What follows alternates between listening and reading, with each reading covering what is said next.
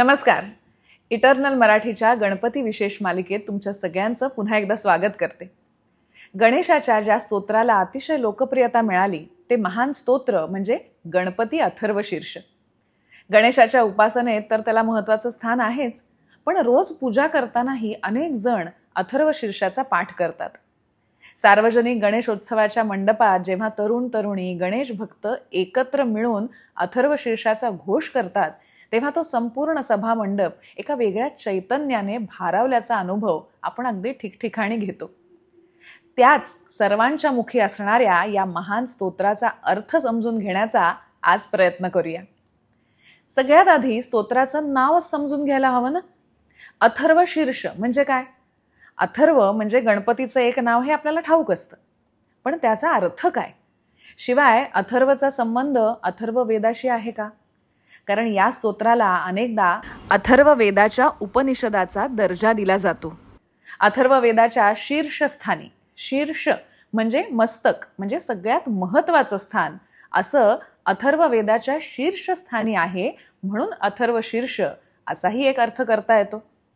पण तरीही यातील अथर्व या शब्दाचा अर्थ काय हा प्रश्न उरतोच. थर्व म्हणजे चंचलता आणि शीर्ष म्हणजे मस्तक, अर्थात बुद्धी किंवा आपलं मन अतिशय चंचल असतं. ते अथर्व करणं म्हणजे स्थिर करणं, ह्यासाठी हे स्तोत्र आहे. पहा, एरवी सुद्धा मन स्थिर करण्यासाठी आपण ओंकाराची साधना करतो. तीच ओंकार रूपी गणेश साधना या स्तोत्रात बारकाव्यांसह समजावून सांगण्यात आली आहे. आता आपण स्तोत्राचा सलग अर्थ बघूया. म्हणजे तुमच्यापैकी कोणी अथर्वशीर्षाचा अर्थासहित पाठ करू इच्छित असेल ना, तर त्यालाही ते अगदी सहज करता येईल. या स्तोत्राचा प्रारंभ शांतीपाठाने झालेला आहे. अतिशय मंगलकारी असा हा शांतीपाठ आहे. ओम भद्रम कर्णेभिः शृणुयाम देवाः भद्रम पश्येमाक्षभिर्यजत्राः. हे देवांनो, आम्ही आमच्या कानांनी शुभ ऐकावे, डोळ्यांनी शुभ बघावे. स्थिरैरंगैः सुष्ठुवासस्तनुभिः व्यशेम देवहितं यदायुः. स्थिर अंगानी आणि स्तुती करणाऱ्या शरीराने जे काही हे जीवन मिळाले आहे ते देवाची उपासना करण्यात व्यतीत करावे. आयुष्य कसं जगावं हेच इथे सांगितलंय. चांगलं तेच ऐकावं, चांगलं तेच पाहावं. पण चांगलं म्हणजे तरी काय? जे भद्र आहे ते, म्हणजे जे कल्याणकारी आहे ते. कानांना गोड वाटेल अशा गोष्टी ऐकू येऊ देत अशी ही प्रार्थना नाहीये, तर आपल्या आयुष्यात आपलं कल्याण साधलं जाईल असं ऐकायला मिळू दे. श्रेयस आणि प्रेयस यामध्ये नेहमीच झगडा सुरू असतो. श्रेयस म्हणजे काय? तर श्रेय साधणारं, आणि प्रेयस म्हणजे प्रिय वाटणारं. उदाहरणार्थ, आपण आजारी असताना आईस्क्रीम खाणं हे आपल्याला प्रिय वाटू शकतं, पण ते श्रेयस्कर नाहीये. इथे म्हटलं आहे की जे श्रेयस्कर आहे, जे भद्र आहे तेच आमच्या वाट्याला येऊ दे. ही संपूर्ण प्रार्थना बहुवचनात आम्ही अशी केलेली आहे, कारण ही सामूहिक आहे, समाजासाठी आहे. आम्ही कसे? तर यजत्र म्हणजे यज्ञ करणारे आम्ही. स्थिर अंगाने म्हणजे सुदृढ शरीराने. शरीरम आद्यम खलु धर्म साधनम असं सांगितलं गेले. म्हणजे आपलं हे शरीर जे आहे याची आपण काळजी घ्यायला हवी, ते बलसंपन्न करायला हवं. हे बलसंपन्न शरीर कसं आहे? तर तुष्टिवान स्तनुभिः, ते स्तुती करणारं आहे. कुणाची स्तुती? देवाची स्तुती करणार आहे. आपलं आयुष्य आपण कसं व्यतीत करावं? तर अशी शारीरिक संपदा आपण कमावली पाहिजे, आणि जे काही आयुष्य आपल्याला मिळालंय ते देव कार्यामध्ये खर्च करायला हवं. यानंतर वेगवेगळ्या देवतांची आराधना केली आहे. स्वस्ति न इंद्रो वृद्धश्रवाः स्वस्ति नः पूषा विश्ववेदाः. इंद्र जो आहे तो सर्व काही ऐकणारा आहे, तो आमचं कल्याण करो. सर्व काही जाणणारा असा सूर्य म्हणजे पुषण, तो आमचं कल्याण करो. स्वस्ति नस्तार्क्ष्यो अरिष्टनेमिः स्वस्ति नो बृहस्पतिर्दधातु. ओम शांती शांती शांती. सगळ्यांचा रक्षण करता गरुड जो आहे तो आमचं कल्याण करो. इथे ही विष्णूची प्रार्थना ही मानता येते. आणि सगळ्यांना अनुकूल असणारा बृहस्पती आमचं मंगल करो. अशा प्रकारे सर्व देवी देवतांची अर्चना करून ओम शांती शांती शांती याने हा शांतीपाठ संपन्न होतो. आता यातला पहिला खंड पाहू.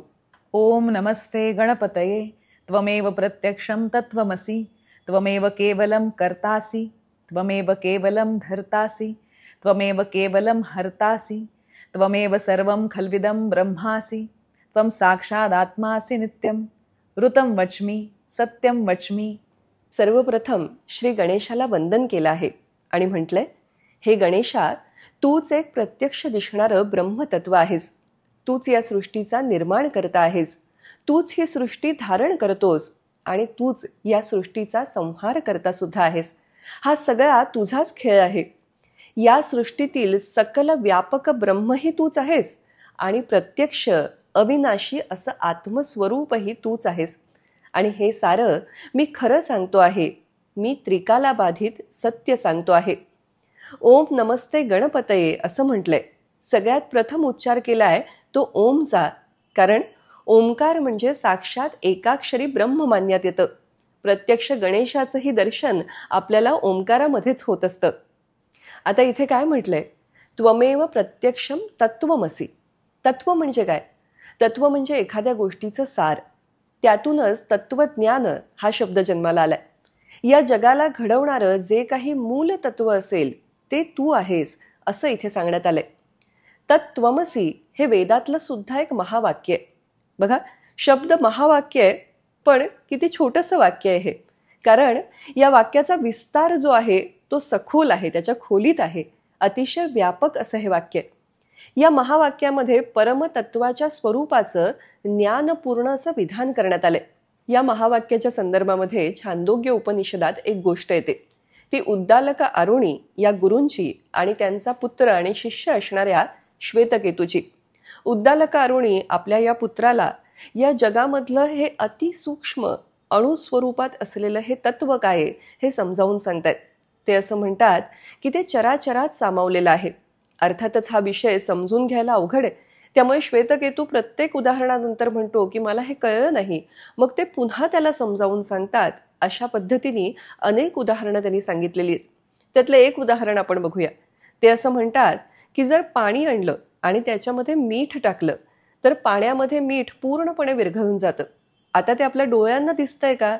नाही. पण पाण्याची चव आपण जर घेतली तर आपल्या लक्षात येतं की पाण्यामध्ये मीठ आहे. त्याचप्रमाणे या विश्वामध्ये सामावलेलं हे तत्व आपल्या डोळ्यांना जरी दिसत नसलं तरी जेव्हा आपण ज्ञान, विवेक याच्या जोरावरती त्या पाण्याची, या जगाची चव घेतो तेव्हा ते त्यामध्ये सामावलेलं सर्वानुभूती असणारं ते समान तत्व काय आहे हे आपल्याला कळतं.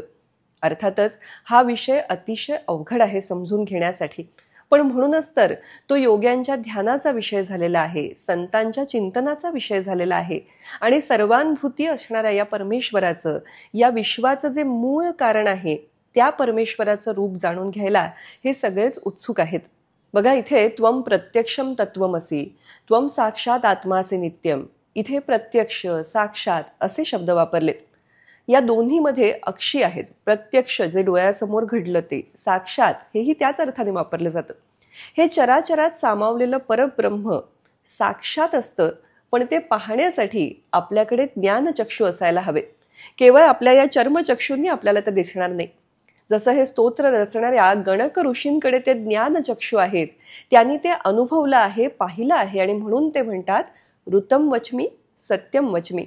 मी सत्य सांगतो आहे. आणि कसं सत्य? तर त्रिकालाबाधित सत्य. ऋत हा शब्द इथे महत्वाचा आहे. ऋताचा अर्थ शाश्वत नियम असा होतो. सत्य हे अनेकदा हुलकावण्यात येणारं असतं. महाभारतात ती गोष्ट नाही का, नरोवा कुंजरोवा, म्हणजे तिथे सत्यच सांगितलं. पण कसं सांगितलं?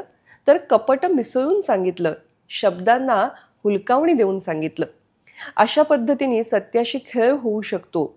सत्य सांगूनही नाही सांगितलं असं होऊ शकतं. आणि म्हणूनच इथे म्हटलं आहे की मी ऋत सांगत आहे.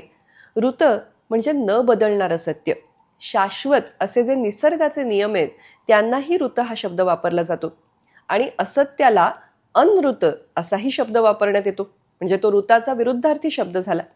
अगदी खरं सांगायचं ना तर आज आपण ज्याला पडताळून पाहता येणारं ज्ञान म्हणजेच सायंटिफिक नॉलेज म्हणतो, विज्ञान म्हणतो, तेही ऋतच आहे.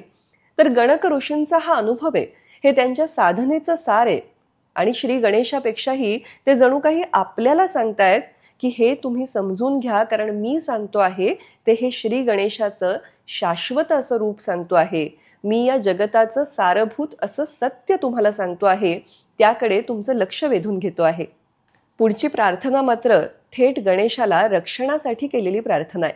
अवत्वं माम अववक्तारम अवश्रोतारम. या प्रार्थनेमध्ये ते म्हणतात, तू माझं रक्षण कर. अवत्वं माम, कुणाकुणाचं किंवा माझ्या कुठल्या कुठल्या स्वरूपाचं रक्षण कर. अववक्तारम, हे सत्य जो बोलणारा आहे त्या माझ्यातल्या वक्त्याचं रक्षण कर. हे सत्य जो ऐकणारा आहे त्याचं रक्षण कर. अवश्रोतारम. अवदातारम, जो सत्य देणारा आहे किंवा जो कुठल्याही पद्धतीचं दान देणारा आहे त्या दात्याचं रक्षण कर. अवधातारम, ते दान जो धारण करणारा आहे त्याचं रक्षण कर. इथे अनुचान असा एक शब्द आलाय. त्याचा अर्थ काय? तर सांग वेद विचक्षणः शिक्षादी षडंग सहित वेदवेत्ता इति अमरः. अमरकोशामध्ये याचा अर्थ सांगण्यात आलाय की ज्याने वेदांचा विविध अंगांसहित, जे वेदांग आहेत त्याच्या सहित अभ्यास केलेला आहे तो अनुचान. म्हणजे बघा, इथे ज्यांचं रक्षण करायचं अशा जोड्या सांगितलेल्या आहेत. वक्ता आणि श्रोता आहे, दाता आणि धाता आहे, आणि गुरु आणि शिष्य आहे. पण रक्षण कर म्हणजे तरी कशापासून रक्षण कर? अनेकदा शत्रू हे बाहेरून आक्रमण करून येणारे असतात असं नाही, तर अंतर्गत शत्रू सुद्धा असतात. आपल्याकडे आधी, व्याधी आणि उपाधी अशा सांगितल्या गेल्यात. आधी म्हणजे काय? तर आपलं मानसिक आरोग्य. व्याधी म्हणजे काय? तर शरीराचे आजार.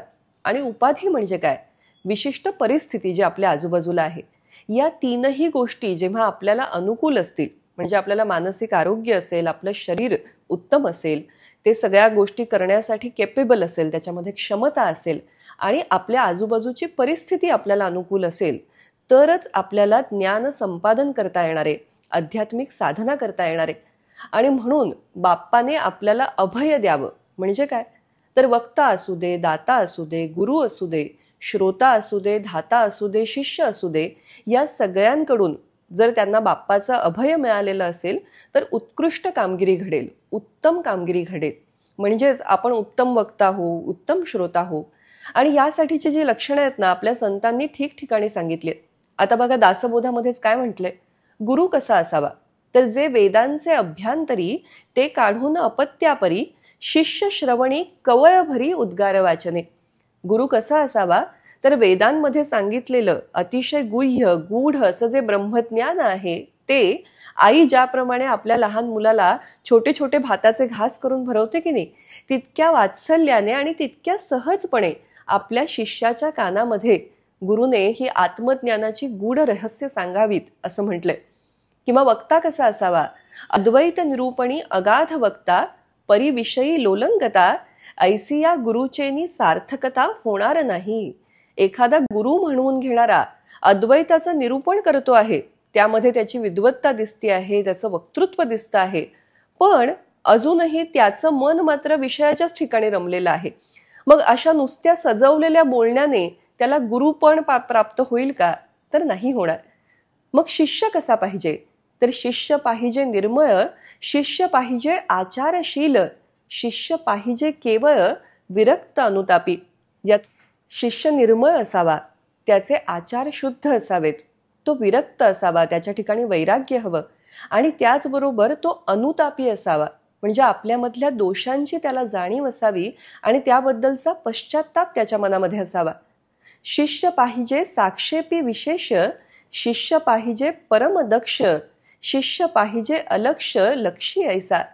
शिष्य उद्यमी असावा, परमदक्ष असावा, आणि अलक्ष म्हणजे जे जाणून घेण्यास अवघड आहे अशा परमात्म्यावर सुद्धा लक्ष केंद्रित करू शकेल असा असावा. शिष्य पाहिजे अतिधीर, शिष्य पाहिजे अति उदार, शिष्य पाहिजे अति तत्पर परमार्थविषयी. तो अत्यंत धैर्यवान हवा, उदार हवा, परमार्थाविषयी अध्यात्माविषयी अति तत्पर हवा. अशा कितीतरी गोष्टी दासबोधामध्ये सांगितलेल्या आपल्याला दिसतात. संतांच्या इतर वचनांमध्ये सुद्धा अशा पद्धतीची लक्षणं आढळतात. बघा, ही आपण फक्त उदाहरणं बघतो आहोत, पण यावरून लक्षात येतं की अथर्व शीर्ष हे सगळे गुण माझ्यामध्ये दे यासाठीची प्रार्थना आहे. त्यामुळे हे स्तोत्र नुसतं म्हणून चालणार नाही, तर या गुणांचं चिंतन सुद्धा आपल्याला करायला हवं.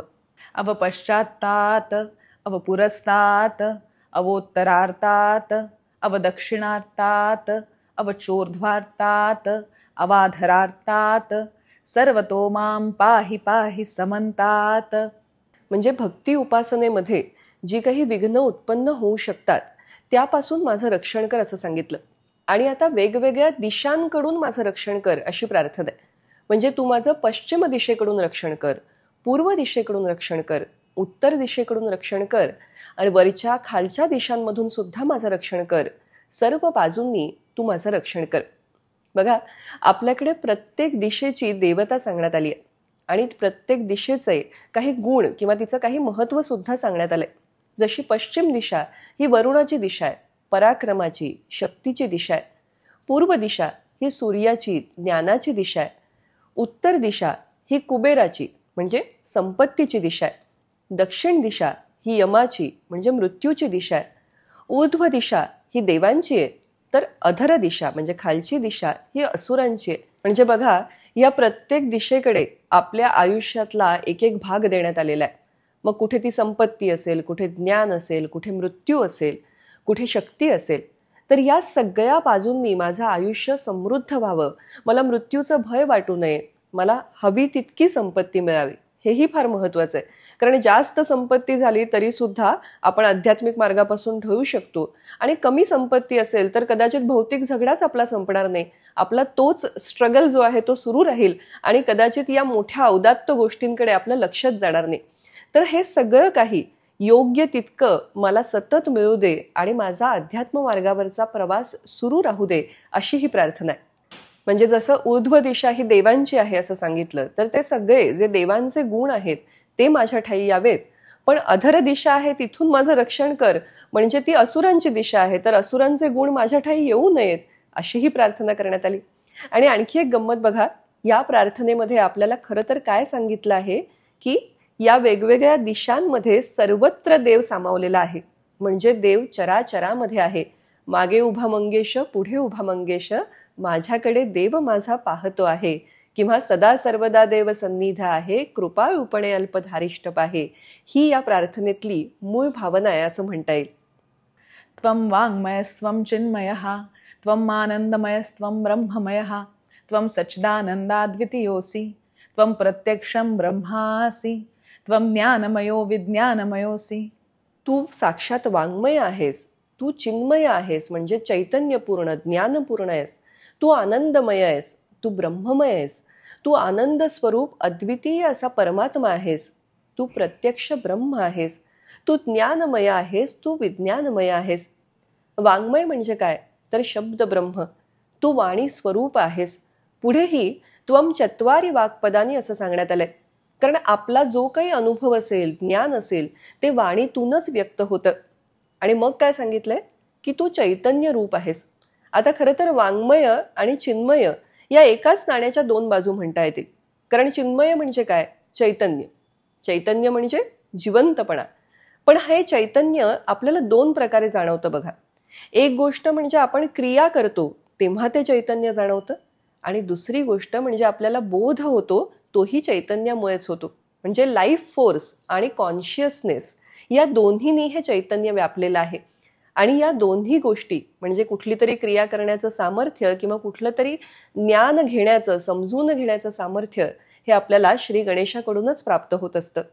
म्हणजे जसं सच्चित आनंद असं सांगितलेलं असतं, त्याप्रमाणे इथे वाक्चित आनंद असं सांगितलंय असं म्हणूया. म्हणजे उच्चार, विचार आणि आचार या तीनही पातळ्यांवरती आपल्या या तीनही पातळ्या श्री गणेशाने व्यापलेल्या आहेत किंवा त्याचाच प्रत्यय आपल्याला येत असतो. आता इथे आनंद या शब्दाचाही विचार करायला हवा. हा आनंद कसा आहे तर आपल्या लौकिक आनंदासारखा नाहीये, हा अलौकिक आनंद आहे.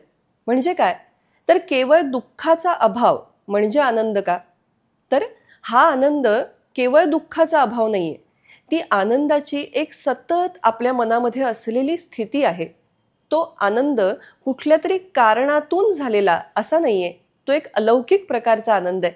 हा आनंद अर्थातच अनुभवायला यायला फार अवघड आहे. ज्या समाधीस्थ योग्यांना कदाचित त्याची अनुभूती येत असेल, आपण म्हणूनच जेव्हा आपली एखाद्या ठिकाणी फार तंद्री लागते किंवा आपण तल्लीन होतो, त्या आनंदाला आपण ब्रह्मानंद सहोदर आनंद असं म्हणतो.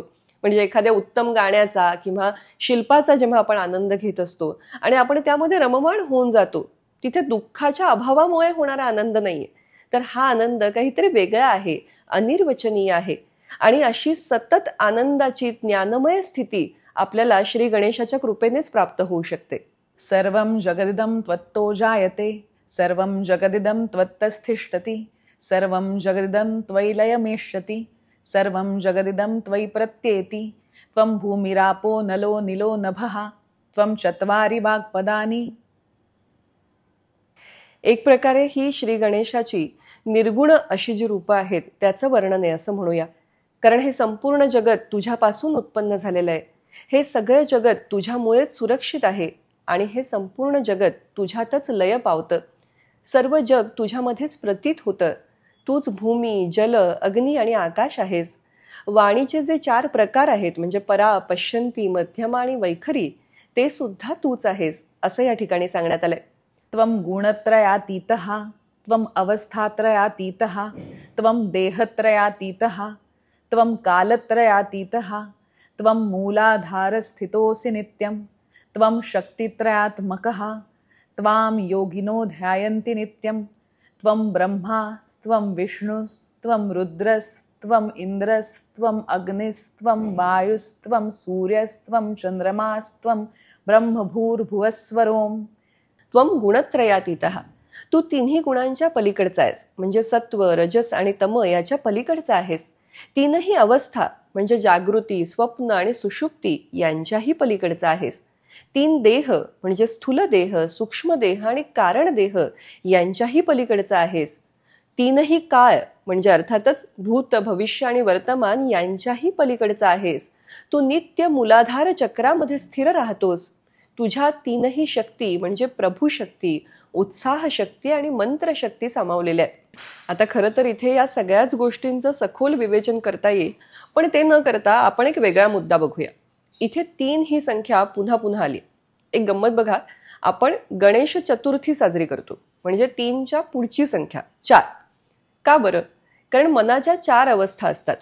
जागृत अवस्था, स्वप्नाची अवस्था, सुषुप्ती अवस्था आणि त्याच्या पुढची तुरीय म्हणजे एक 4थी अवस्था असते. ही महत्वाची का? याविषयी विद्यावाचस्पती शंकर अभ्यंकर असं म्हणतात की मनाची ही 4थी अवस्था ही ज्ञानाची असते. ती साक्षात गणेश रूप आहे. त्या अवस्थेमध्ये मन ज्ञानात म्हणजे श्री गणेशात लीन होऊन जातं. आणि बघा, मन म्हणजे चंद्र सुद्धा. आपलं मन गणेश रूप होऊन गेलं की ते दिसेनासं होणार आहे. आणि म्हणून गणेश चतुर्थीच्या दिवशी चंद्र पाहू नये असं जे म्हणतात त्याचं आध्यात्मिक कारण किंवा त्याचे आध्यात्मिक उकल या पद्धतीने करता येईल. पुढे म्हटलं आहे, योगीजन नित्य तुझं ध्यान करतात. तू ब्रह्मा आहेस, तू विष्णू आहेस, तू रुद्र आहेस, तू इंद्र आहेस, तू अग्नी आहेस, तू वायू आहेस, तू सूर्य आहेस, तू चंद्र आहेस, तू हे सगुण ब्रह्म सुद्धा आहेस आणि तुझ्यात निर्गुण भू भुव स्वः यांचाही समावेश झालेला आहे. म्हणजे जे आपल्याला वेदांनी सांगितलेलं आहे, उपनिषदांनी सांगितलेलं आहे की एकम सत विप्राहा बहुधा वदंती, एकच तत्व आहे, त्याचीच ही विविध रूपं आहेत, या सगळ्यामध्ये एकत्व आहे, हेच आपल्याला पुन्हा एकदा इथे सांगण्यात आलंय. गणादिं पूर्वमुच्चार्य वर्णादिं तदनन्तरम् अनुस्वारः परतरः अर्धेन्दुलसितं तारेण रुद्धम् एतत्तव मनुस्वरूपं गकारः पूर्वरूपम् अकारो मध्यमरूपम् अनुस्वारश्चान्त्यरूपं बिन्दुरुत्तररूपं नादसन्धानं संहिता संधिः सैषा गणेशविद्या गणकऋषिः निःश्रुतगायत्री छन्दः गणपतिर्दैवता ओम गं गणपतये नमः.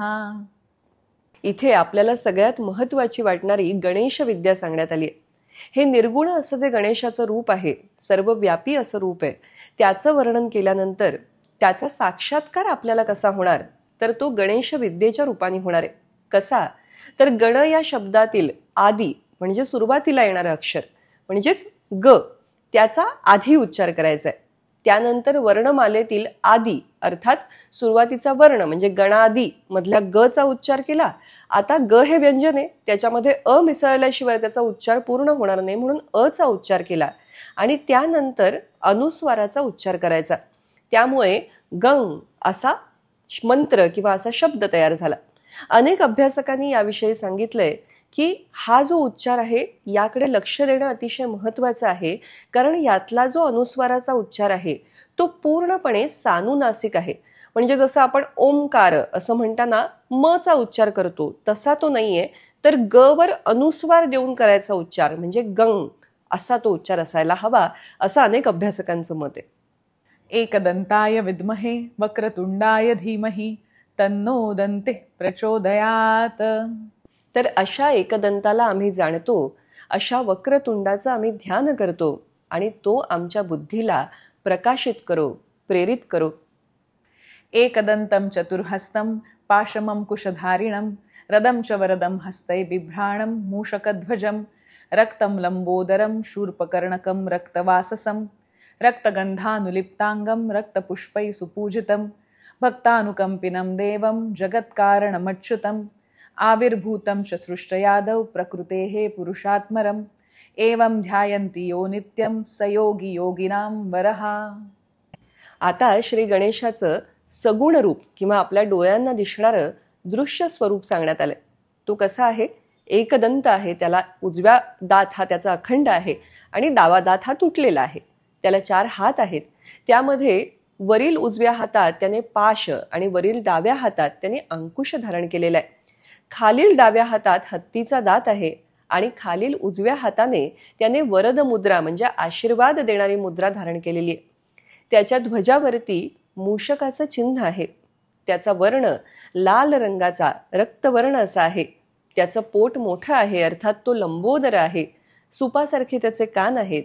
त्याने लाल वस्त्र परिधान केलेलं आहे आणि रक्तचंदनाची उटी त्याच्या अंगाला लावलेली आहे. लाल रंगाच्या फुलांनीच त्याची पूजा सुद्धा करण्यात आली आहे. आणि सगळ्यात महत्वाचं, हा भक्तानुकंपी असा देव आहे. भक्तांवरती निरंतर कृपा करणारा, त्यांच्याविषयी मनामध्ये अनुकंपा असणारा असा हा दयाळू देव आहे. अविनाशी सृष्टीच्या आधी प्रकट झालेला असा तो जगाचं मूळ कारण आहे आणि म्हणून तो प्रकृती आणि पुरुष यांच्याही पलीकडचा आहे. अशा त्याचं जे नित्य ध्यान करतात ते योगी योगींमध्ये श्रेष्ठ योगी ठरतात. नमो व्रातपतये नमो गणपतये नमः प्रमथपतये नमस्तेस्तु लंबोदराय एकदंताय विघ्नविनाशिने शिवसुताय श्री वरदमूर्तये नमो नमः.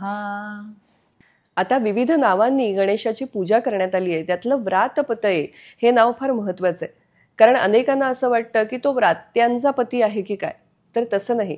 व्रात्य म्हणजे त्रास देणारे किंवा आपण जे कुठल्याही नियमांचं पालन करत नाहीत असे, पण त्याच्या अगदी उलटा अर्थ इथे अपेक्षित आहे. जे व्रताचं पालन करतात ते व्रातपती असतात. आणि अशा पद्धतीने सगळ्या नियमांचं पालन करून एखादा नेम करणं हे गणेश भक्तांसाठी अतिशय महत्वाचं मानलं गेले.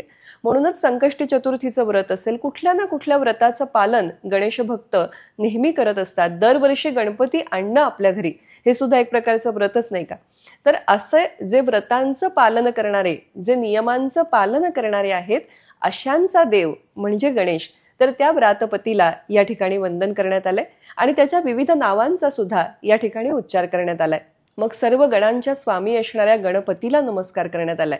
प्रमथपतीला म्हणजे शंकराच्या सेवकांचा जो स्वामी आहे, शंकर गणांचा स्वामी आहे, अशा प्रमथपतीला नमस्कार केलाय.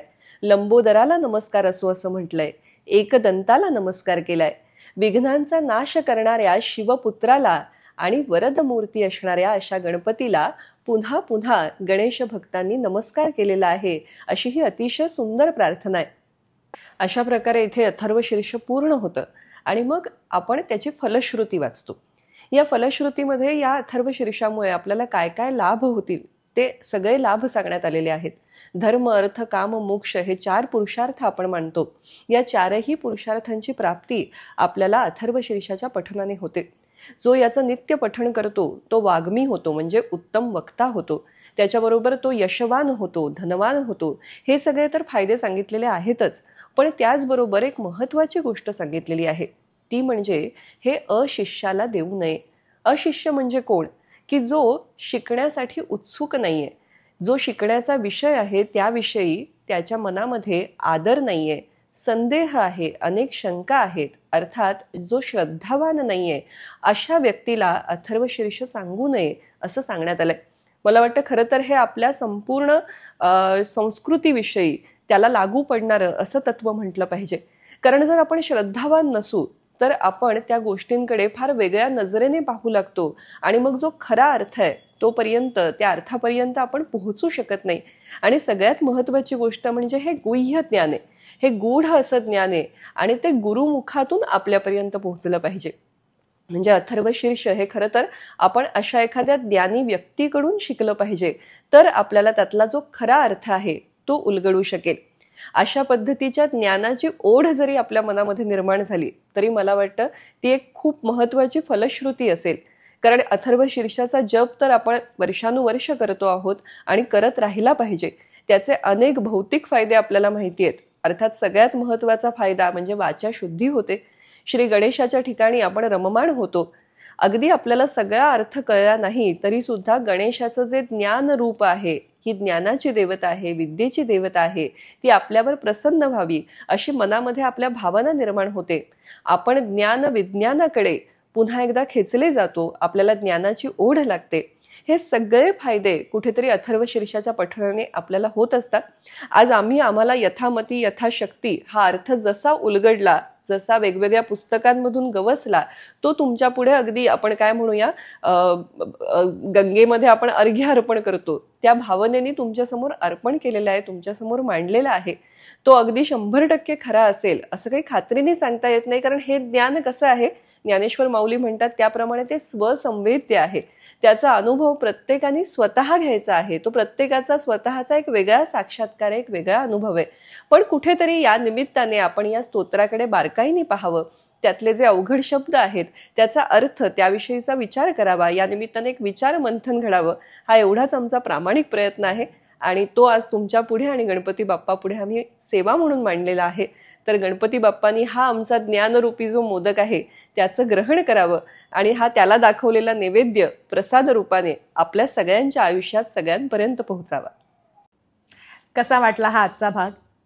अथर्वशीर्षाचा अर्थ समजून घेतल्यानंतर आता ते म्हणताना खरंच एक वेगळी ऊर्जा येईल, नाही का? तुम्हाला असे वेगवेगळे काय विषय ऐकायला आवडतील हे आम्हाला प्रतिक्रियेमध्ये नक्की सांगा. आम्ही दोघीही तुम्हाला या निमित्ताने गणेशोत्सवाच्या हार्दिक शुभेच्छा देतो आणि पुन्हा एकदा आठवण करून देतो. काय तर मधुरा वेलणकर साटम ही आमची वाहिनी, हिला पसंती द्या, तिचा प्रसार करा आणि तिचे सभासद व्हा. अर्थात लाईक, शेअर आणि सबस्क्राईब करा आणि बेल आयकॉनवर क्लिक करायला विसरू नका. इटर्नल मराठी आणि इनक्रेडिबल मराठी दोन्ही मालिका बघत राहा. पुन्हा भेटूया पुढच्या भागामध्ये एका नव्या विषयासह. धन्यवाद.